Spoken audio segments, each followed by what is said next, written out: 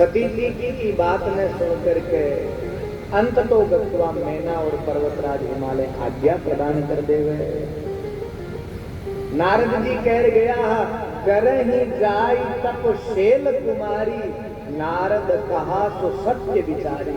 ये सत्य वचन है। तेरे लिए मन वन में जाकर के तपस्या करनी है। अंत तो गत्वा महाराज आज्ञा प्रदान कर दी, ठीक है जाओ बेटा करो तपस्या। अब देखो पार्वती जी शिव जी ने प्राप्त करने के लिए कितनी कठोर तपस्या कर, अभी को वर्णन है। पति सोरो ही पर मिले महाराज, कई गोराम पूजनी पड़े जब पति मिले। और देखो जोग संजोग देखो, गौर और शिव, गौर और ईश्वर में शिव जी पार्वती का ही तो स्वरूप है। और काल गौर और काल यहाँ पर ब्याह करते हैं शिव जी पार्वती जी को। संजोग देखो तो जोर को आज हल्दी में जहाँ चुटकी करनी है वे कर ले आते, काल विवाह को कार्यक्रम रात जगी जगी तपस्या करिए। वहां तपस्या को वर्णन देखो आप गोस्वामी जी के शब्द में सुनो। पुरधरी उमा प्राणपति करना, जाई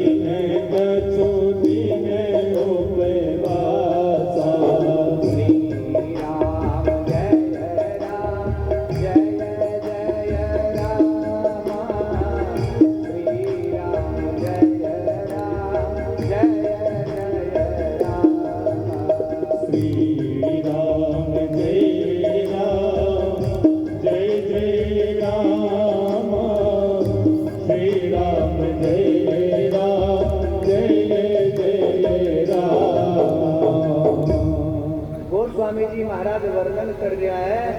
उरधरी उमा प्राणपति चरणा, अपने हृदय में प्राणपति के चरणों को स्थापित करके उमा यानी पार्वती जी हिमालय में पर्वत पर जाकर के भगवान शिव जी की कठोर तपस्या करने लगी।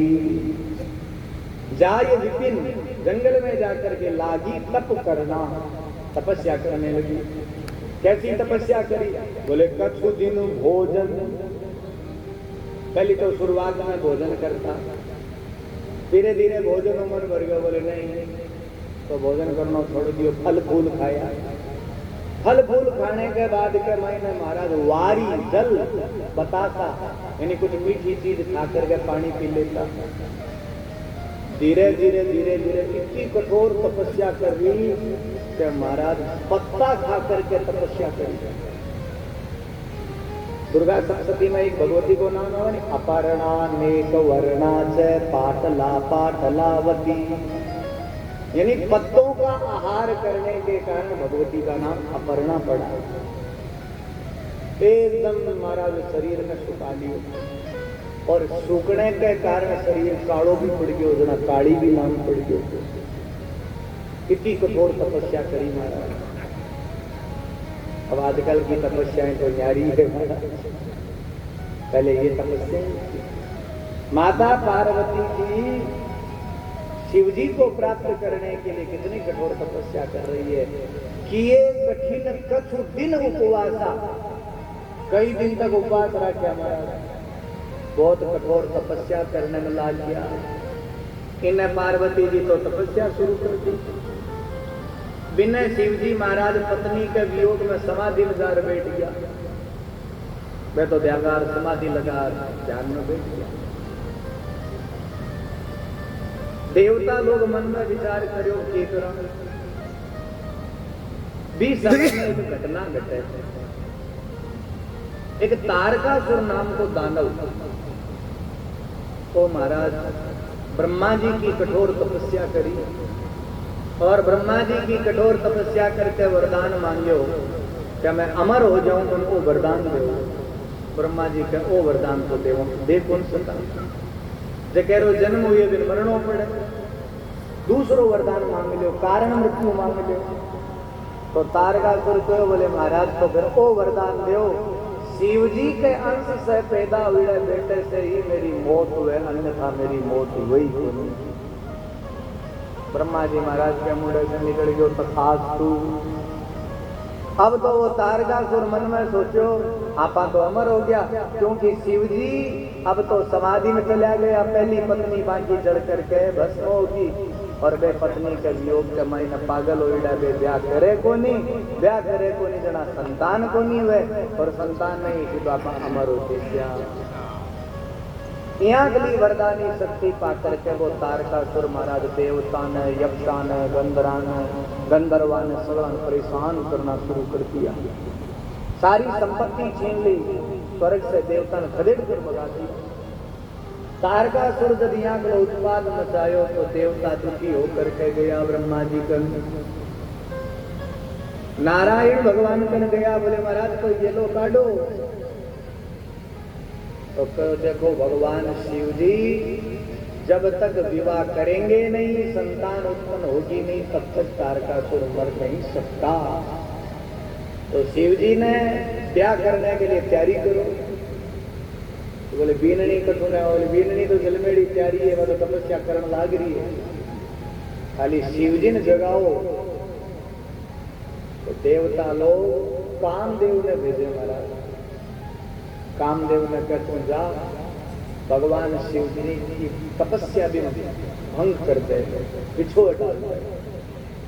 कामदेव महाराज अपनी पूरी शक्ति ने, पूरी टीम ने ले गया, नाचा कूदा घणो मौसम बनायो, लेकिन शिव जी की तपस्या भंग हुई। अंत में कामदेव पंच बाणा में से जो एक बाण है वो भगवान शिव जी के ऊपर छोड़ देवे। शिव जी को तृतीय नेत्र खुलने से कामदेव चलकर राख हो जाए। और जिये ही भगवान शिव जी बड़े खड़े हुए पीछे सारा देवता आकर के प्रार्थना करे, स्तुति करे कि महाराज हमारे कष्ट ने दूर करने के लिए थे विवाह करो, थे गृहस्थ धर्म में जाओ। की कथा है किया शराप लागे और किया कामदेव जड़े और किया भगवान विवाह के लिए राजी हुआ। और शिव जी की बारात बहुत दौर की महाराज। शास्त्रांग मैंने दो लोगों की बारात को वर्णन मिला, एक तो राम जी की बारात को और एक शिव जी की बारात को। और शिव जी की बारात तो ही अटपटी शेवरा केयार किलंगी के हा बराती की साकार जिमण में के हो पातळान पापड़ समुद्र चेपण लाग रहा। वो सगड़ो वृत्तांत जो आप काल की कथा श्रवण करके आज ब्याह की कार्य में लगन दो रात रात। तो काल भगवान शिव जी को और पार्वती के विवाह की कथा और परसों भगवान राम के जन्म के प्रागट्य की, क्योंकि आज की राम कथा है इससे से जुड़ाव अलग अलग है। ये कथा ने गोस्वामी जी महाराज लिखी है, भरद्वाज जी और याज्ञवल्क्य जी को संवाद है। ये कथा ने कई सुन रहा है, कई बोल रहा है, कई वक्ता है, कई श्रोता है, तो संवाद एक दूसरे को चले ना लंबो चले। तो याज्ञवल्क्य जी महाराज और भरद्वाज मुनि के संवाद से आप लोग की कथा ने सुन रहा किया भगवान शंकर को विवाह पार्वती जी के साथे हुयो। फिर बाद में पार्वती जी आ कथा शिव जी से सुनती राम जी की कथा, जहाँ शिव जी राम जी के जन्म का हेतु बताती कि राम जी धरती पर क्यों अवतार लेवे, फिर पीछे कारण की है तो कई कारण बताती। जय विजयालो के कारण बताती, जलंधरालो कारण बताती, मनु शत्रुपा को कारण बताती। और महाराज एक से एक का चरित्र है वे आप आगे की दिन की कथा में श्रवण करांगा। ज्यादा से ज्यादा संख्या में उपस्थित होकर के भगवान को पावन चरित्र सुनो। समय ने ध्यान में रखते हुए आज की कथा में भी विश्राम देवा। आओ 2 मिनट भगवान को कीर्तन करा, उसके बाद में आरती करके और प्रसाद लेकर गंतव्य में प्राप्त हुआ। बोलिए सच्चिदानंद भगवान की जय हो, गुरुदेव भगवान की जय हो, माता की जय हो, माता पिता गुरुदेव की जय हो।